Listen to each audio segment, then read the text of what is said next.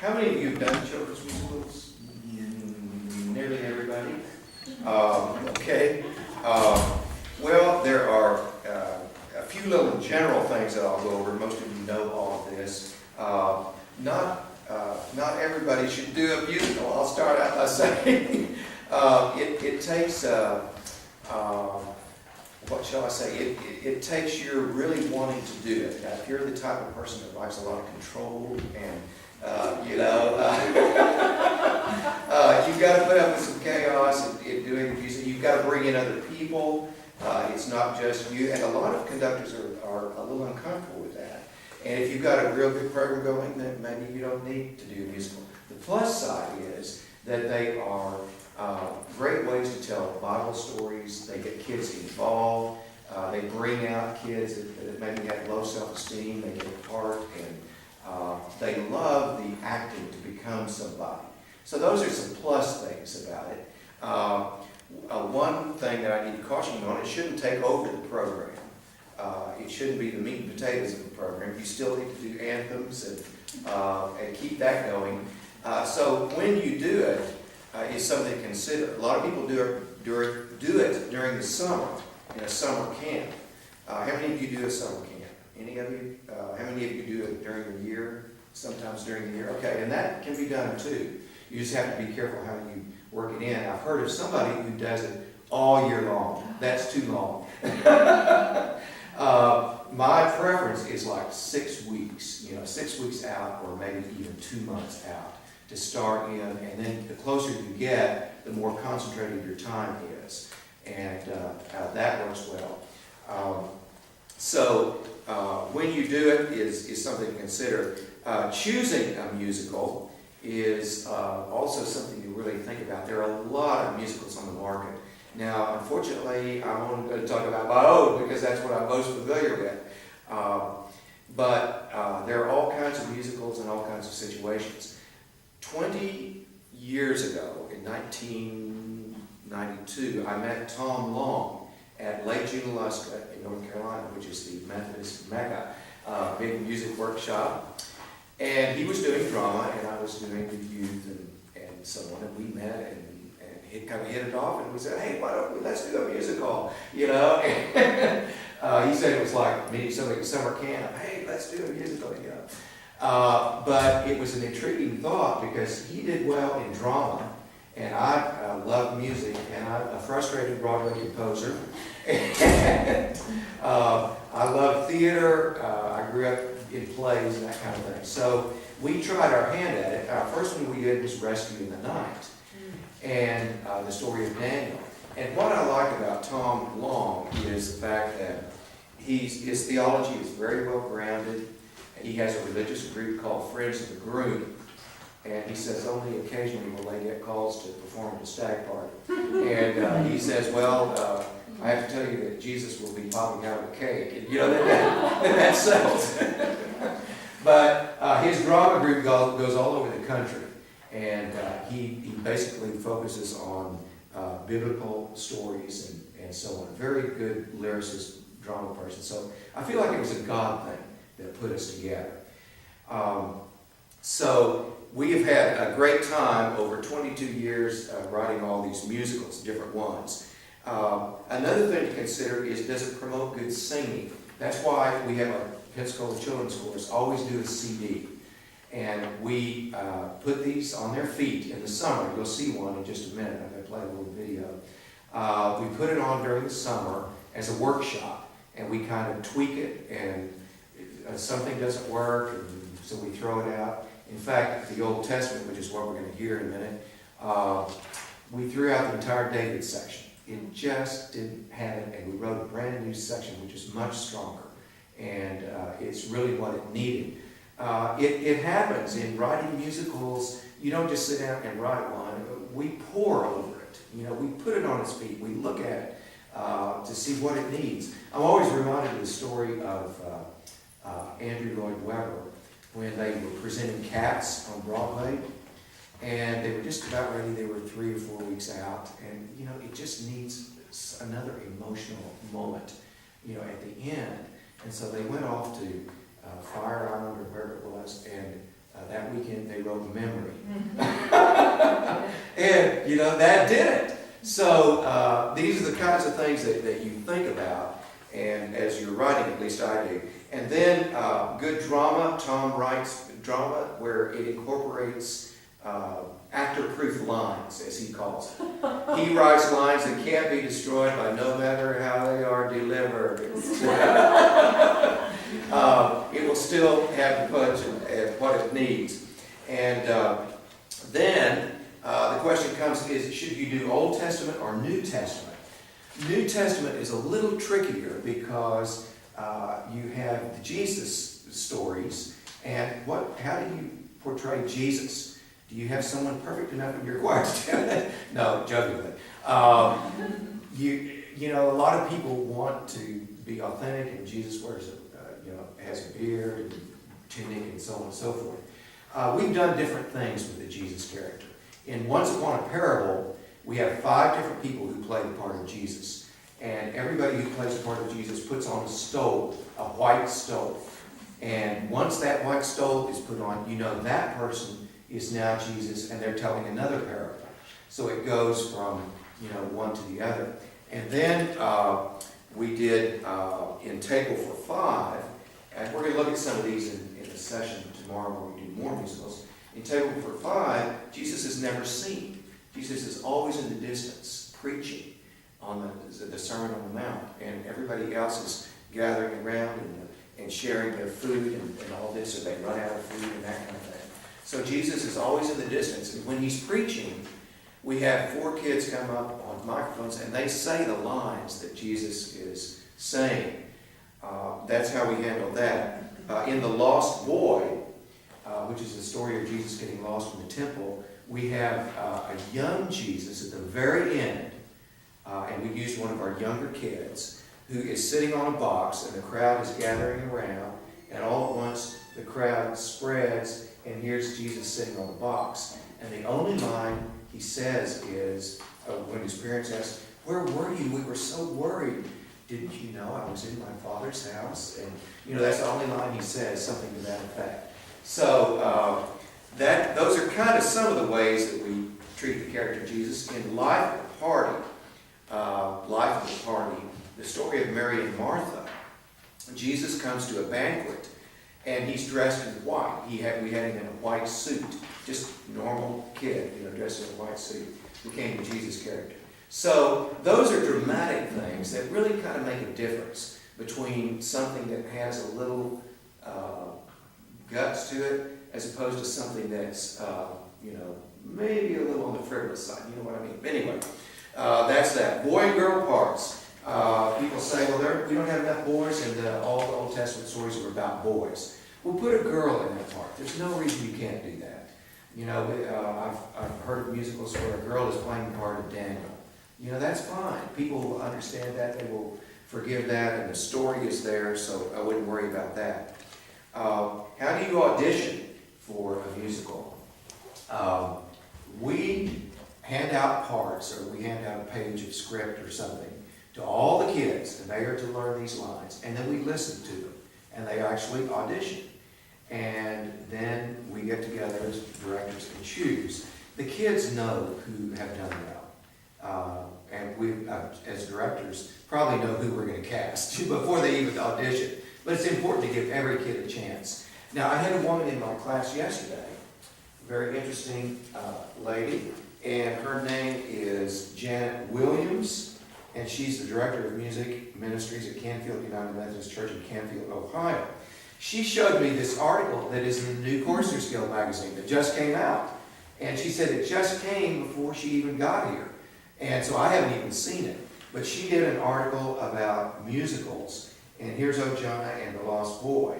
And it's an interesting article, and I hope she wanted me to sign it, so I did, but I want to keep it so I can present it to the class. But she says, when they do a musical, let me see if I can find this, lead parts, let's see, involving children in musical preparation. In our children's music ministry, it's important to balance the parts and include everyone. so that they can take ownership of the musical. We find that our church family appreciates the efforts of our children, even as their vocal skills are still developing. When we begin working on a musical, we give the children the opportunity to discuss how they would like to contribute to the musical: acting, narrating, singing a solo, duet, dancing, or playing an instrument. So maybe not everybody puts down I want to be a character. First, we read through the musical together, and then each singer shares up to 3 parts that interest them in order of preference. With this information, and having a sense of what parts the children are ready to tackle based on their past experience, a cast plan is prepared. Lead parts, like Mary, Joseph, so on and so forth, are given to older middle school students, which gives them an opportunity to demonstrate their emerging skills to the rest of the choir and to become a leader and role model to the younger choristers. By using small sections of songs as solos, duets, trios, there are enough possibilities to include everyone, even the younger, less experienced choristers. A happy coincidence is that the choir has fewer complete songs to learn in the limited amount of rehearsal time that we have, and so on and so forth. So that's one way to do it. They let the children write out which parts they'd like to audition for, and then they choose. They don't even hear the children. Sometimes auditions are a little intimidating. You'll have to be the judge of how you do that, and maybe people do it a little differently. But always try to involve everybody, every kid. Give them a prop or something to carry across the stage. Do something that involves them. Now, do you double cast? I've heard of people double casting the leads. That's so dangerous, and I don't like that at all. It takes more time to prepare. Then the kid doesn't get to do it, or you have to do 2 performances, and sometimes one kid is better than the other, and all of that. So I shy away from that at all. Rehearsal schedules. Those of you who have done musicals, you know what the amount of time it takes. I would never rehearse the principals in front of the rest of the cast. They get bored, and they sit there thinking, I could do better than that. I should have the role of David, or whatever. So they get disenchanted. So rehearse the principals separately. It will make the rehearsals move so much faster in terms of blocking and learning lines and so on. I think it's important to develop a rehearsal schedule. I don't know if any of you are in community theater, but these directors, oh my gosh, they give you a schedule. They have every scene, when they're going to block it, and they just write down to the performance. And I don't know if you need to be that detailed, but you need to take a look at the whole musical, study it, decide which parts are going to take the hardest work, and develop a plan, how much time you have, because it goes by very, very quickly. Suggestions for set and all.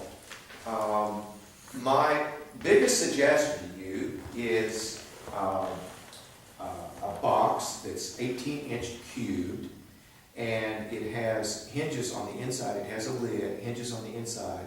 The lid comes up. You can put all kinds of things in it, props and everything. Lid comes down. I would put felt on the ends of this so it doesn't slam down.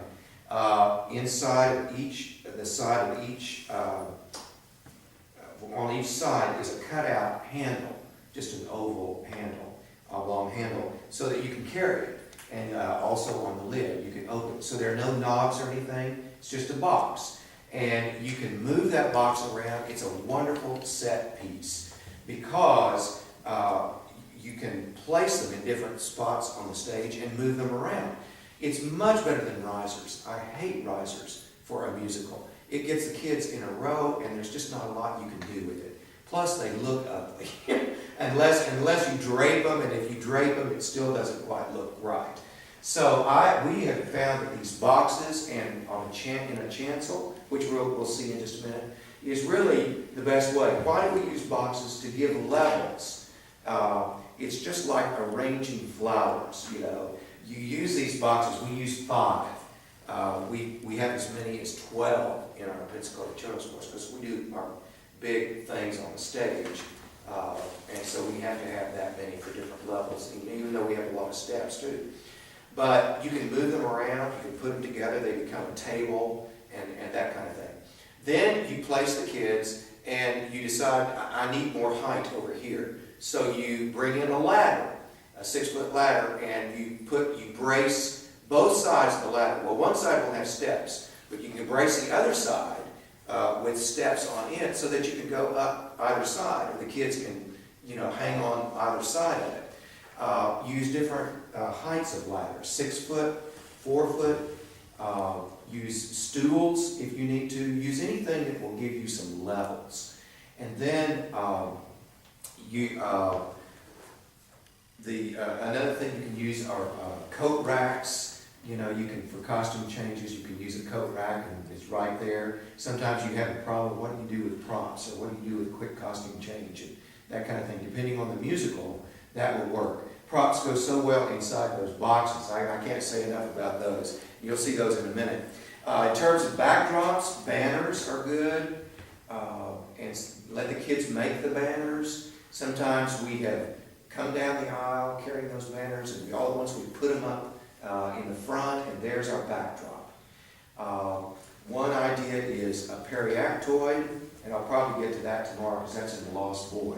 We'll look at that. But a periactoid is a 3-sided column. We made them out of styrofoam, or you could use a refrigerator cardboard, and put the 3 sides together. You may have to brace it at the bottom with pieces of wood and all. But on each side, you put them together, and they form 4 across. They're 4, or is it 3? No.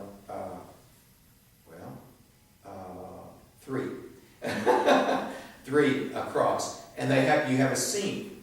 And as a matter of fact, we didn't use them, but in the Old Testament, which we're going to look at in a minute,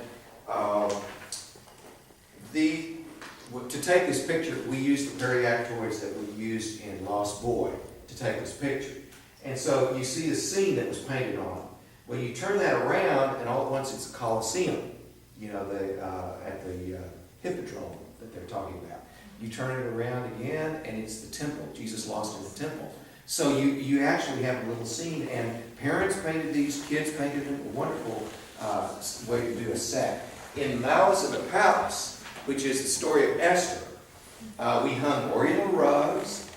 We had PVC pipe of different heights. We built a base, and the pipe came out of there was a metal base. You stick a pipe in there, and it'll come up this high, or this high, maybe even this high. Then we went to Lowe's or somewhere and got umbrellas. We got umbrellas without handles. Don't get the ones with the hook handles. Get the straight ones. We spray painted them gold. We put them down in those pipes, and all at once you have a domed city. It's just so simple. All the way across you have a dome of these umbrellas that are gold. So there are all kinds of creative ways. Ask your theater people. They come up with all kinds of ideas for backdrops. Sometimes if you're in a church, you may not need a backdrop. In the one you're going to look at, because we did a summer project and didn't have a whole lot of time, we didn't use a backdrop, but it worked because we had different levels and so on. So those are good. A lot of people think that they have to have just an enormous backdrop, and for prop pieces they have to have a paper mache whale for Jonah and the whale, and and some of them, believe it or not, they built that, and it can be very effective. But goodness, how much time would that take? We like to do representational things. We have the children join together with 2 hands, up here. The other kid is on the other side, and we start here, and then we come down, and by the end you're on the knees, and Jonah gets inside the whale. It actually starts big, and it goes little this way, and then Jonah gets inside the whale. And children, now a lot of people don't like that representational kind of theater, but I love it, because you can do all kinds of things without a lot of set pieces. We've done both. In Moses for the burning bush, we had a wonderful idea. Tom got styrofoam pieces, and he put, in fact, while I'm talking about it, I will just maybe show you a picture of this. He got these pieces of styrofoam cut out, and we painted them. Then behind the styrofoam, you see on a stick here, on a dowel, this material, forgot what you call it. It's that flimsy kind of material. Yeah, chiffon, something like that, chiffon.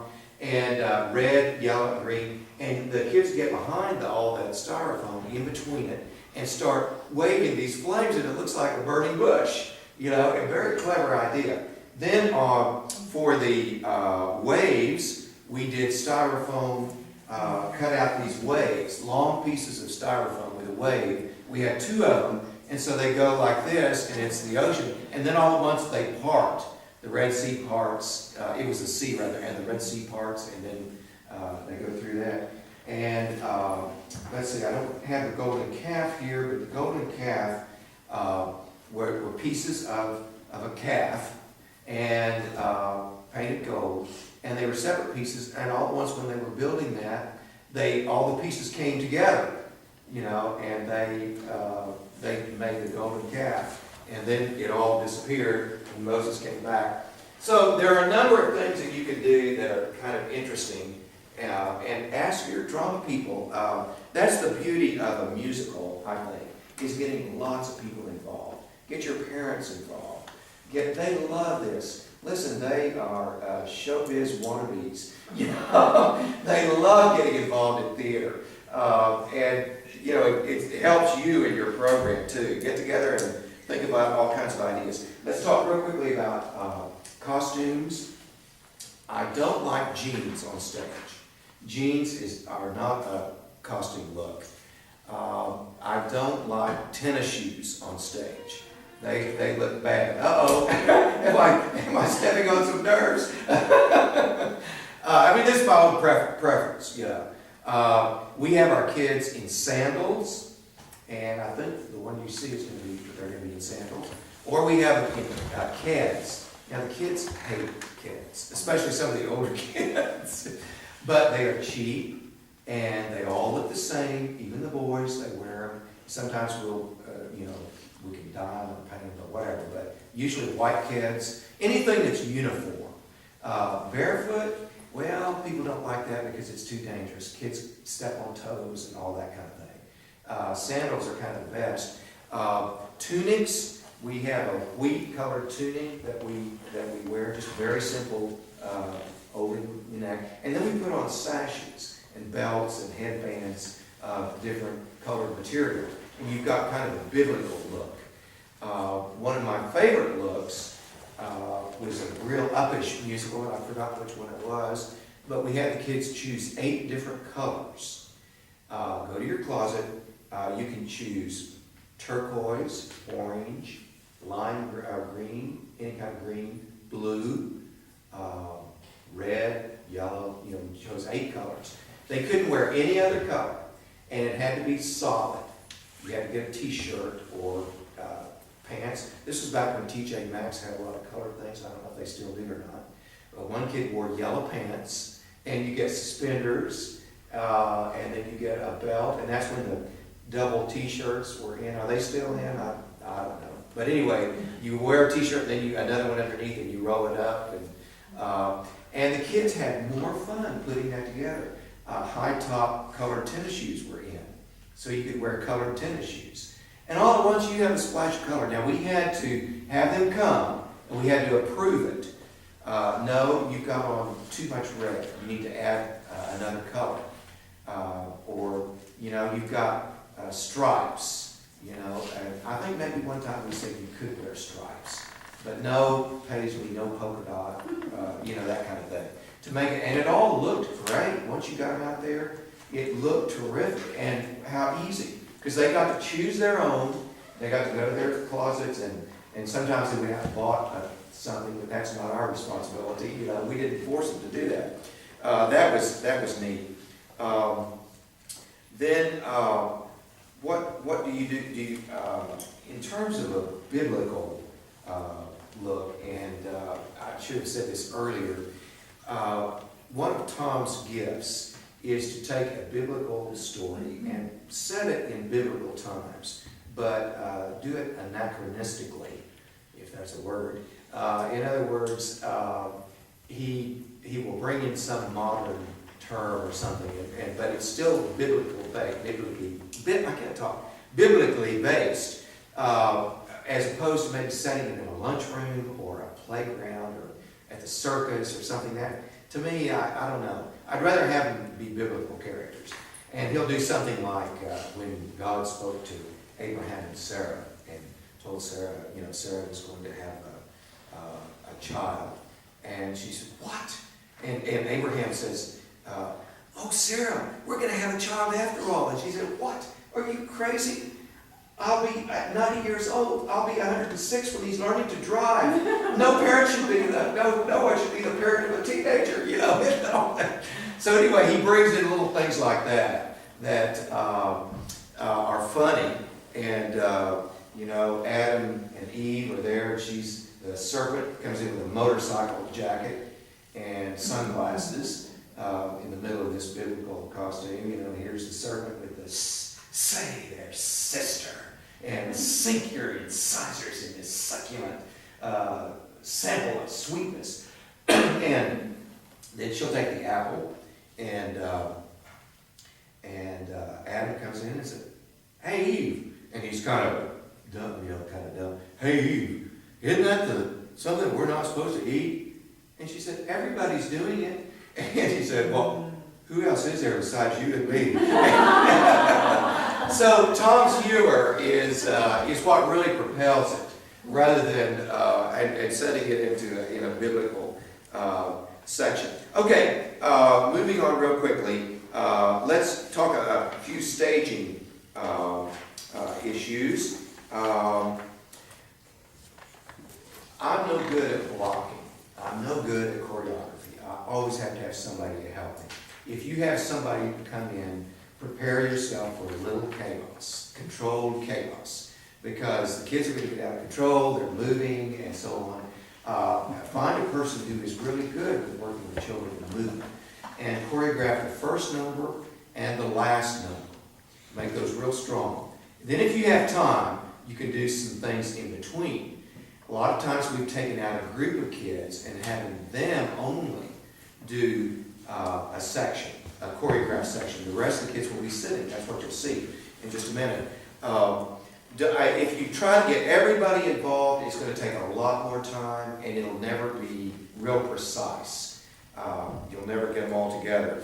So think about getting somebody to help you do that. I've talked about, let's talk a bit about microphones. If you have headsets, that's ideal. If you don't, you can put microphones in the front, and they can come up to the front and speak. They can pass around a handheld mic. All those things are not as effective as a headset, but if you don't have that luxury, you have to do something. It's important for the audience to hear lines. And if you don't have any amplification, chances are that you're not going to hear those lines, unless you work at getting at projecting. So that's very important. Then I've talked about creating pictures, and one thing about pictures, if you look on the back page, letter D, number 1, the cast should be interacting with each other. One character might be back to back with another, or touching the shoulder of another, or leaning on another, but there must be some kind of visible relationship between the characters. Number 2, a picture is always more interesting if it has variety, especially a variety of levels.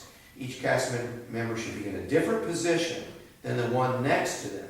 If one is standing, the other could kneel. If one is kneeling, the other one might sit. And you can add levels by using steps or blocks and so on and so forth. Each picture should have a point of focus. That is a point where you want to direct the audience's attention. The easiest way to force a point of focus is to have everyone on stage focus on the same point.